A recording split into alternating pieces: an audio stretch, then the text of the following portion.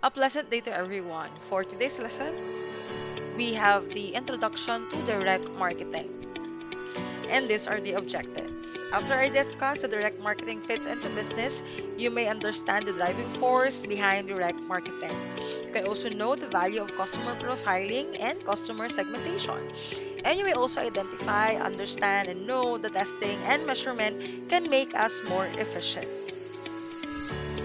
Now, before I discuss what is direct marketing is all about, we all know that this is a kind of a form of advertising that specifically targets a person or company to generate new business.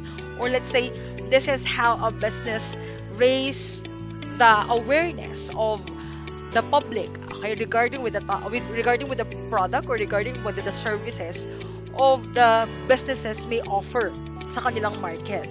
So these are the different kind of marketing activities. Like for example, we have the direct mail, the telemarketing also, and also we have the email marketing. Ito yung mga popular no na mga types ng tinatawag na direct marketing. Okay, but in today, okay, we have a new terminologies in terms of what is direct marketing. Okay, so direct marketing nowadays is supposed to call as a customer relationship marketing. So this is based on the data analysis has become data mining, and a centralized database has become a data warehouse. So what I am talking about is how the businesses, okay, get information, um, understand the market so that they can have a long-term relationship, okay, regarding with what are the needs and wants of the customers so that they can provide. Okay, so these are the new terminologies in terms of direct marketing. Now, let's go with the definition. Direct marketing is a discipline, a subset of marketing which permit us to carry out certain marketing tasks more efficiency. So in here, obviously, it does this by gathering or analyzing and using information about individual customers and even your prospect customers. This information enable us or sa business mismo for them to identify kung sino ba yung mga tao na pwede nilang maging market, okay? Or likely be interested with a particular product or services na pwede nilang ma-offer sa kanilang market. We can also, let's say, select only those who will find our message appropriate and communicate with them alone. We can then select only those who will find our message appropriate and communicate with them alone. So, ibig sabihin, ito lang po yung mga market na kung saan nakaka-appreciate kung ano ba yung binibigay nating awareness sa kanila regarding with our product. So, this is a major reason no kung bakit okay, nagkaroon tayo na tinatawag na direct marketing na nagiging cost-effective. We can also use our customer information to develop profiles and use this to identify the best sources of our new customers.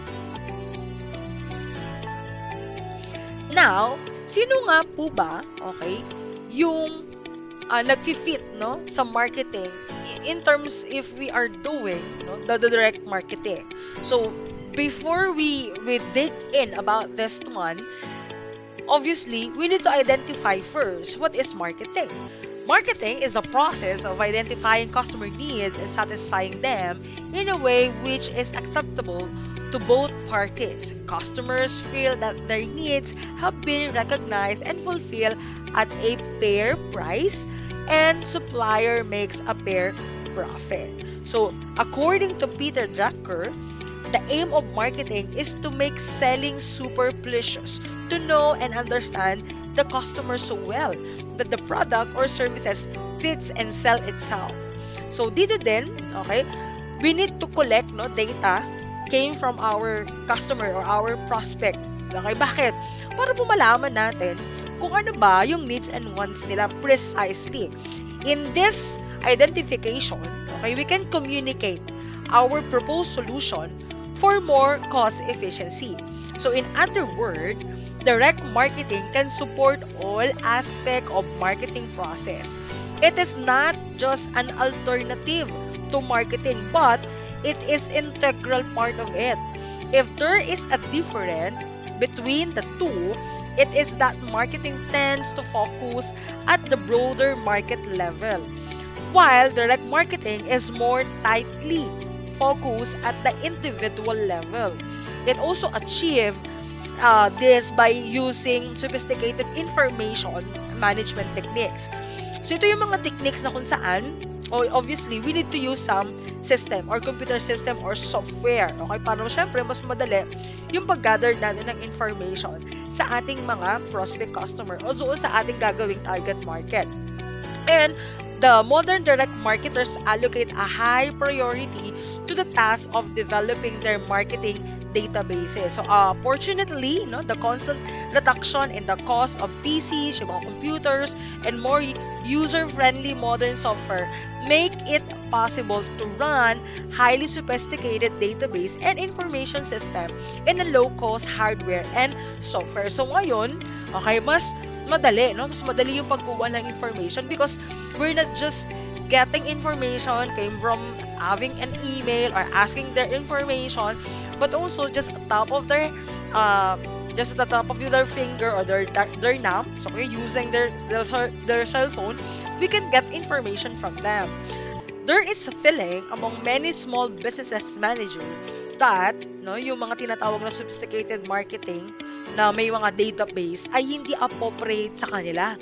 Okay, ito ay para lang daw sa mga malalaking company, which is not true. Bakit? Kasi nga po, yung mga small businesses natin o yung mga small medium enterprises natin, sila po yung mayroong direct connection sa ating mga market.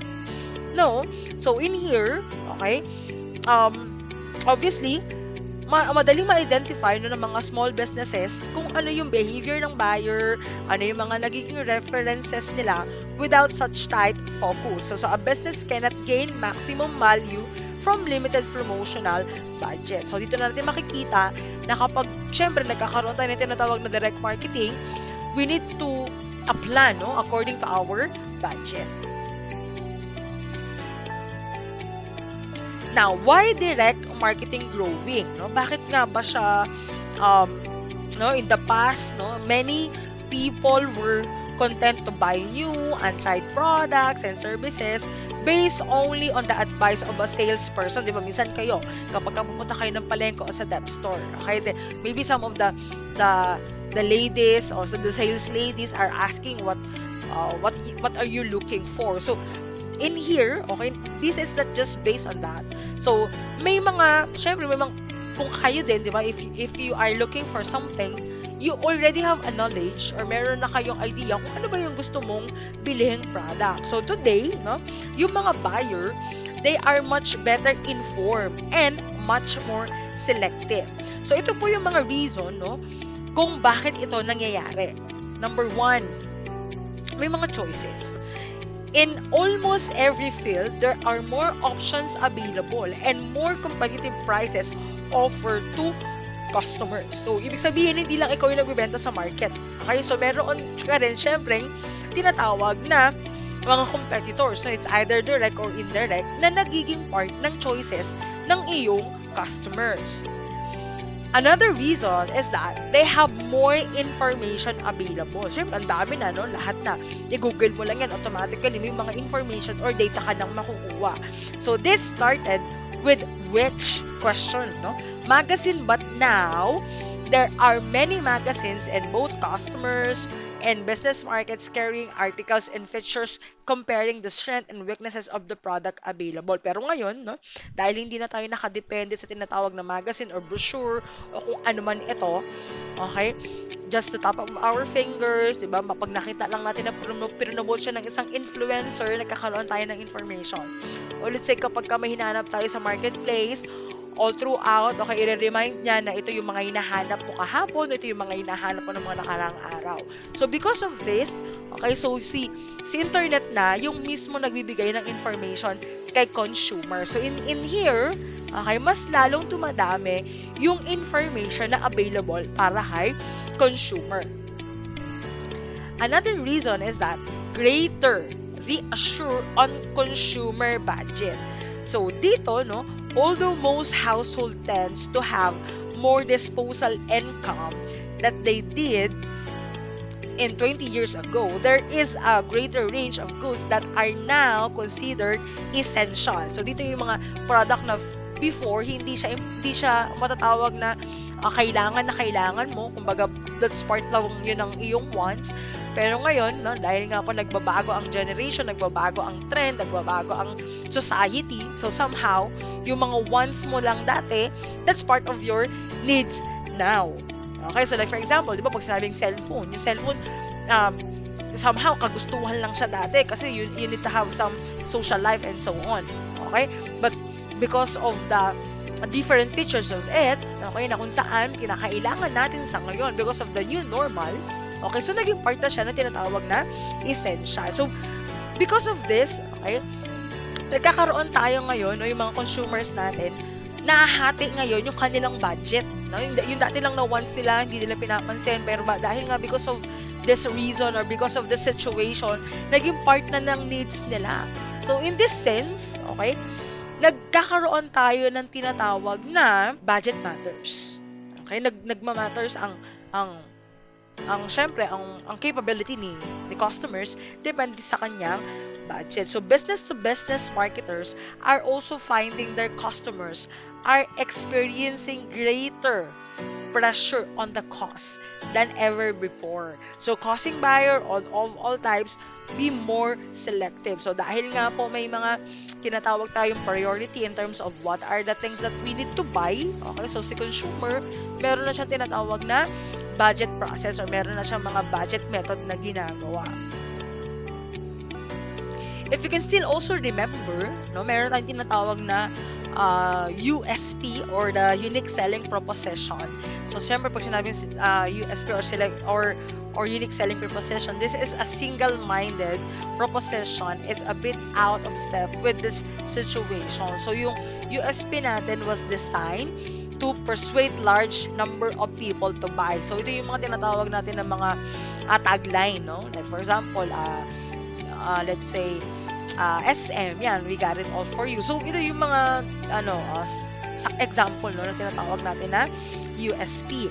And, through this, okay, at least, they have a chance, no, na magkaroon ng pagkakataon, no, na magkaroon ng dahilan si consumer na bumili because of your unique selling proposition. So, nowadays, we can say that with the confidence, no, of a large number of people may buy a product, they do not all do so for the same reason. So, wherever, while buying patterns and preferences have been changing, the major advance is having a technology means that the company can now identify the real needs and motivation of diverse group of customers and fulfill those needs cost efficiently. So, ibig sabihin lang, okay, si organization or si businesses need to afford to identify a customers into different segments which similar needs and develop differential,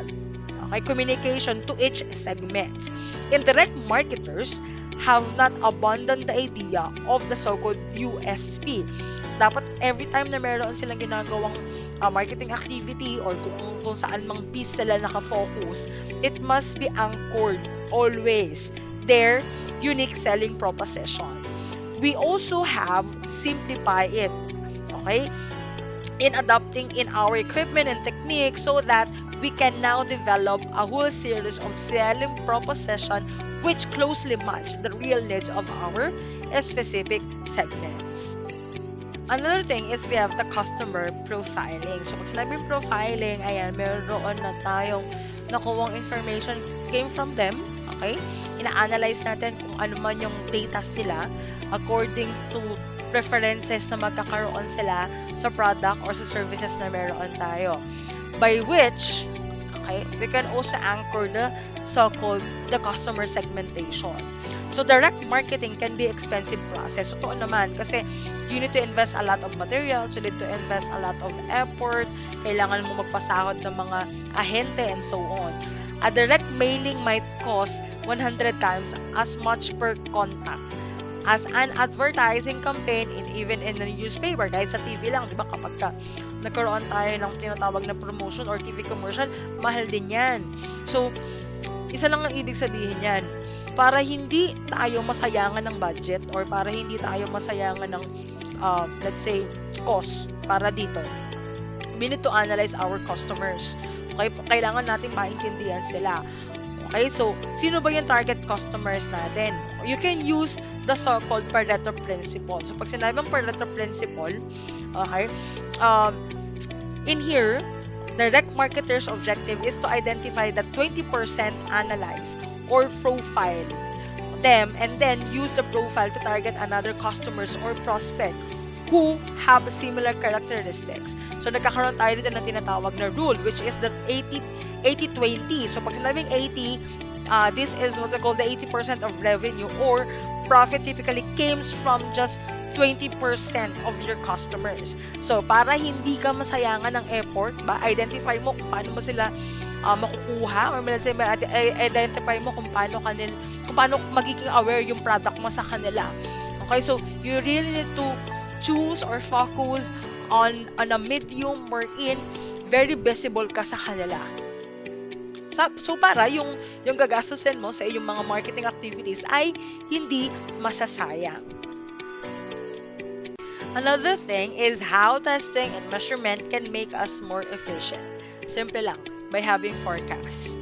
Okay? So, lahat po ng marketing activity, nagkakaroon sila na tinatawag na plano according to forecast.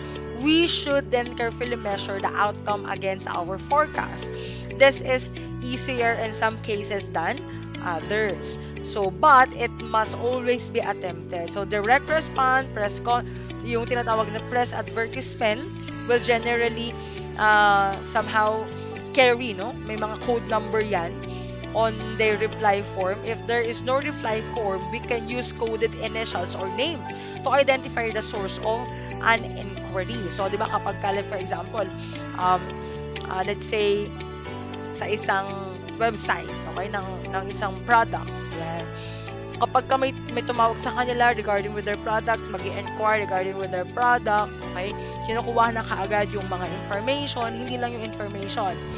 Even may code na rin sila kung, let's say, saan nga nanggaling yung tawag, ganyan, para if ever man na si customers ay gusto na magpa-deliver ng product, ayan, kaya na natin ma-identify kung saan natin ito i-deliver. So, ito yung this is much, let's say, ito yung pinakasimple example in terms of our measurement. Lagi natin tatandaan, for us to test and also measure if yung ginagawa natin activity ay merong nangyayari. Tingnan natin yung sales natin. May changes ba? Okay? May naging output ba? Yan, yung mga effort natin in terms of our direct marketing. So, always need to have a forecast para po meron kang vision, para meron kang target or meron kang goal kung ilan dapat palagi.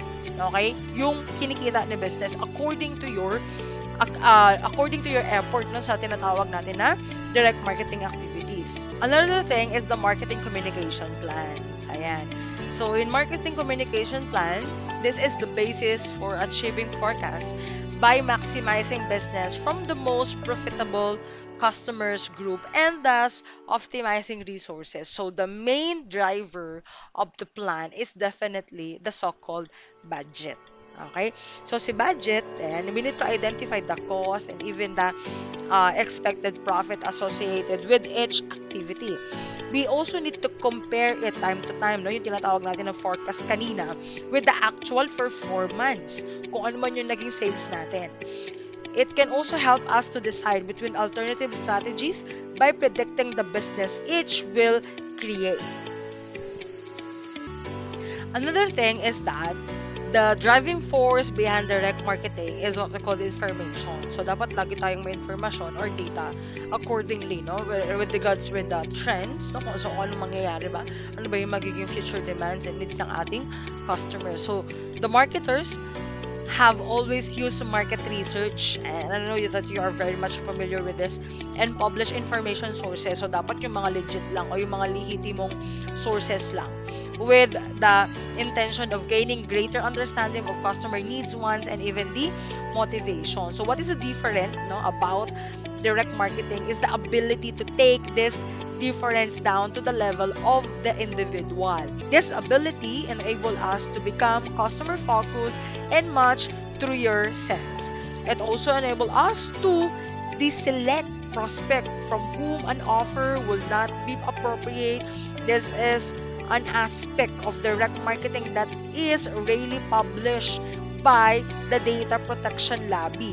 Yet, it is a key objective of any sensible direct marketers. Now, in market research, like what was said kanina, it is important for us to recognize the value of research in helping us to understand our market and also our customers. So, bakit ito nakakatulong? Dahil nauunawaan natin, okay, nalalaman natin kung kailan, paano ba nagkakaroon ng decision-making process yung ating buyer to buy a specific product.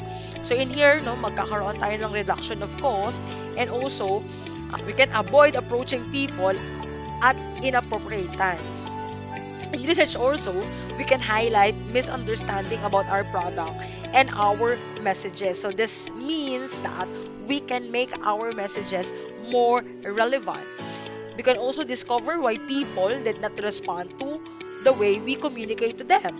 They may simply not have liked the offer, but on surprising numbers of occasions, the reason is that they need not understand the message yet. Another thing, the importance of market research is to find out what customers really think of us. If we ask in the right way, they will tell us all we want to know, including perhaps some things we would rather not hear. And then, by having marketing research also, or market research, we can develop our database. So, si customers, we can provide questions that can generate a very high response. So, it's likely more than 40% no respond is quite normal. So, kapag po hindi nag-100 yan, kasi random lang naman. So, that's good. That's okay. Kasi, still, may mga nag-respond sa ating question. And then, assess how effective our messages are in changing people's opinions about us. Thank you and have a nice day, everyone.